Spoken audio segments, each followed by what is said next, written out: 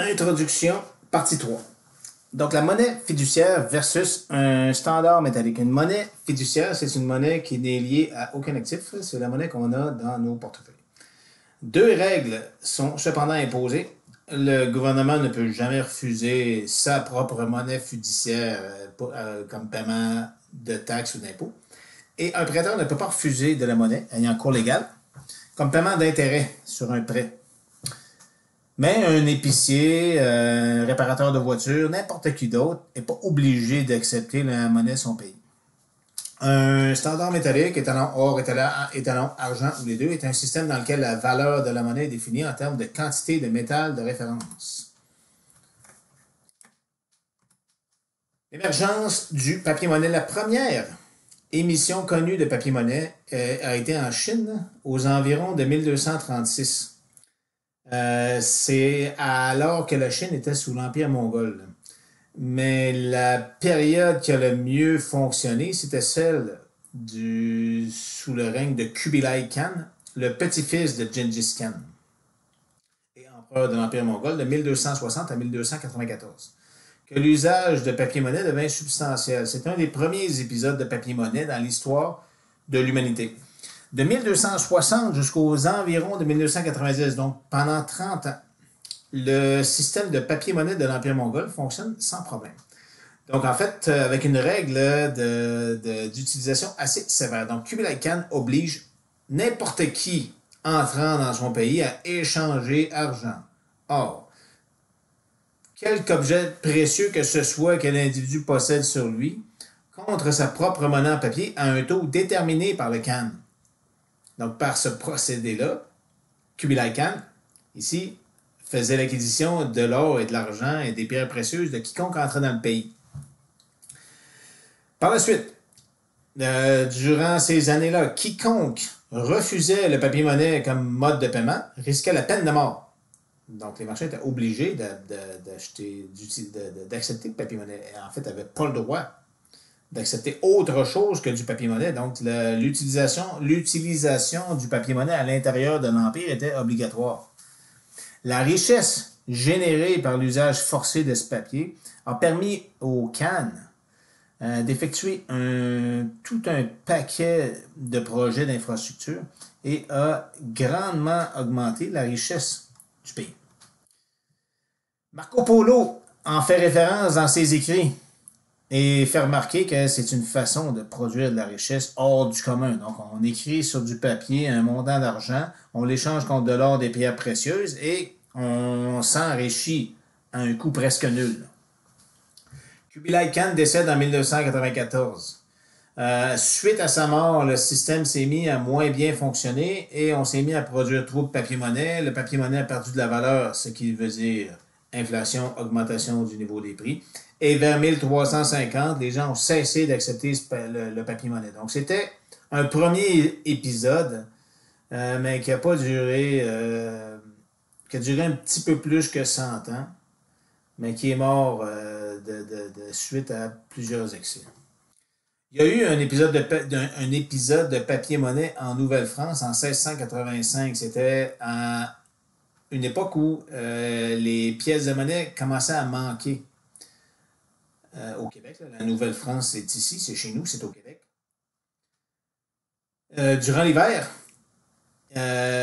on manquait de pièces de monnaie pour effectuer les transactions entre individus. Les pièces de monnaie se faisaient rares, donc l'intendant a décidé de signer des cartes à jouer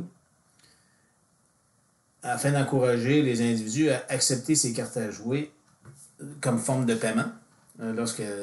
Si Jean-Jacques achetait du pain, Jean-Jacques pouvait acheter du pain avec un valet écrit 3 livres à l'endos.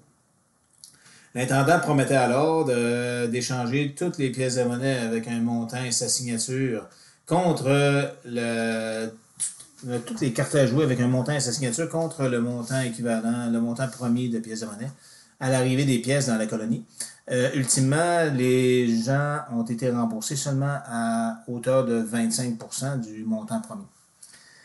L'épisode qui a le mieux fonctionné, le premier épisode ayant très bien fonctionné, qui dure encore aujourd'hui, le papier-monnaie, c'est celui suivant la Révolution glorieuse en Angleterre. Donc en 1688, une certaine révolution d'institutions prend place en Angleterre. Donc on donne plus de pouvoir aux élus, plus de pouvoir au Parlement et moins de pouvoir à la monarchie. Ce qui donnait plus confiance envers les créditeurs du gouvernement et ce qui facilitait ici l'emprunt par le gouvernement anglais. Ça, c'est 1688. Donc, il y a eu une grosse réforme du système parlementaire anglais, facilitant l'emprunt d'argent et la redevabilité du gouvernement, augmentant de beaucoup la crédibilité et l'imputabilité du gouvernement. Simultanément, on a créé une banque, la Banque d'Angleterre. En 1694, on crée la Banque d'Angleterre afin de gérer les fonds du gouvernement. La Banque d'Angleterre pouvait émettre son propre papier-monnaie. La création de la Banque d'Angleterre instaura un climat de confiance envers les finances du gouvernement anglais et celui-ci a donc pu emprunter beaucoup plus facilement de ses propres citoyens et d'individus étrangers. Et c'est ce qui a vraisemblablement député la place qu'a occupée l'Angleterre par la suite comme empire à l'échelle de la planète. Donc à partir de 1694, on voit ici les barres bleues, c'est la dette du gouvernement anglais. Donc après la création de la Banque d'Angleterre, la dette du gouvernement anglais n'a cessé d'augmenter. Donc, si le gouvernement anglais peut plus facilement emprunter, le gouvernement anglais peut plus facilement s'acheter des navires de guerre, effectuer des travaux d'infrastructure, se constituer une armée. Donc, augmenter l'étendue de son empire. La France a tenté de faire pareil par la suite. Donc, à la fin du règne de Louis XIV, son successeur Louis XV était trop jeune pour régner et le régent a voulu mettre sur pied une banque ressemblant à celle de la Banque d'Angleterre afin d'imprimer sa propre monnaie. En fait, au moment de la mort de Louis XIV avait emprunté beaucoup, la France est fortement endettée et le régent cherche un moyen de ne pas rembourser cette dette. Un certain John Law débarque en France au début des années 1700. Après ça a été évadé d'une prison d'Angleterre et en 1716, le régent français lui donne la permission de constituer la Banque générale. Et en 1717, John Law obtient aussi la permission de mettre sur pied la Compagnie perpétuelle des Indes. Donc c'est une corporation dont les actions pouvaient être obtenues en échange d'obligations du gouvernement. Donc le gouvernement français était fortement endetté. Qui étaient les créditeurs du gouvernement? C'était les citoyens. Donc plusieurs citoyens français détenaient des obligations du gouvernement français. Ce qu'on offrait aux individus, c'était, en échange de ces obligations-là, apportez-moi votre papier démontrant que je vous dois 100 livres, 200 livres, 300 livres, peu importe. Apportez-le-moi et je vous les échange contre des actions de la Compagnie perpétuelle des Indes qui, elle, va aller outre-mer et aller acquérir de l'or, de l'argent, du cuivre, dans des mines non exploitées, nouvellement découvertes dans le Nouveau Monde. La mise sur pied de cette compagnie était inspirée de ce qui se faisait justement en Angleterre avec des compagnies similaires et ça coïncide avec la création des premières sociétés par actions. La quantité exagérée d'actions de la Compagnie des Indes et ainsi que l'émission d'actions de compagnies fictives ou de compagnies frauduleuses fit en sorte qu'en 1720, les Français ont perdu confiance envers ces actions-là et ont tous en même temps tenté de s'en départir, ce qui fait que le prix des actions s'est effondré. Simultanément, comme tout ça était rattaché au papier-monnaie émise par la Banque générale, la Banque générale a dû, elle aussi, fermer ses portes. Donc, l'épisode français, lui, s'est terminé en catastrophe, alors que l'épisode anglais, lui, s'est très bien déroulé. Histoire des banques canadiennes. L'histoire des banques canadiennes commence vraisemblablement en 1815. Donc 1815, c'est quoi? C'est la fin des guerres napoléoniennes.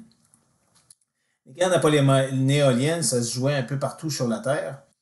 Et ça nécessitait du bois, des denrées, un paquet de commodités pouvant être produites au Canada. Donc les Canadiens, les marchands canadiens se sont grandement enrichis durant les guerres napoléoniennes qui ont duré environ 16 ans. Une fois la paix survenue, ben, ces commerçants-là ici avaient un surplus d'argent pouvant être utilisé à l'intérieur, mais là on avait besoin d'un système financier afin de faciliter les paiements d'un marchand à un autre. Donc comment est-ce que ça fonctionne quand on est un marchand? Ben, on doit effectuer d'abord un paiement pour produire le bien qu'on vend par la suite.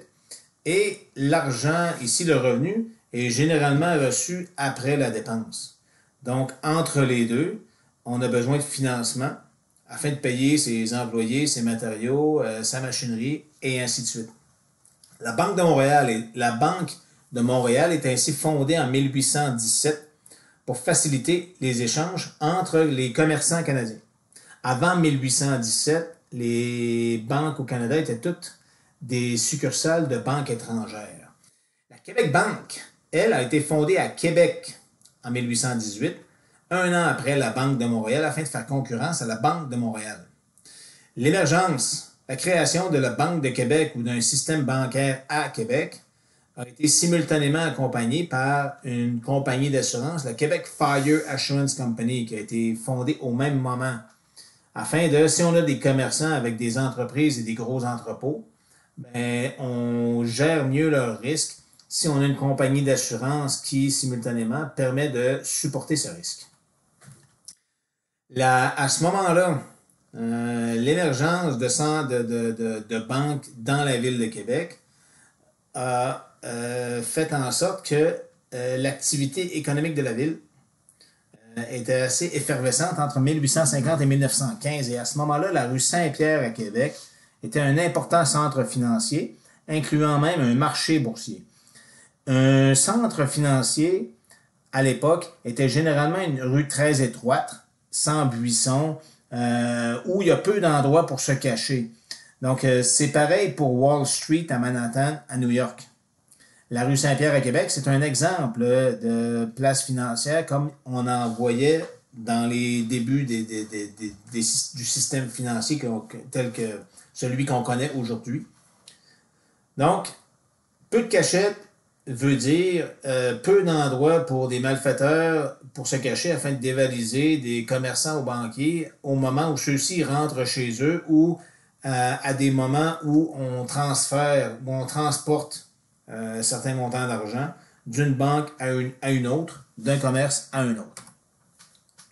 Histoire des banques canadiennes, l'exemple suivant sera la Banque nationale. Ce sera le sujet du vidéo numéro 4.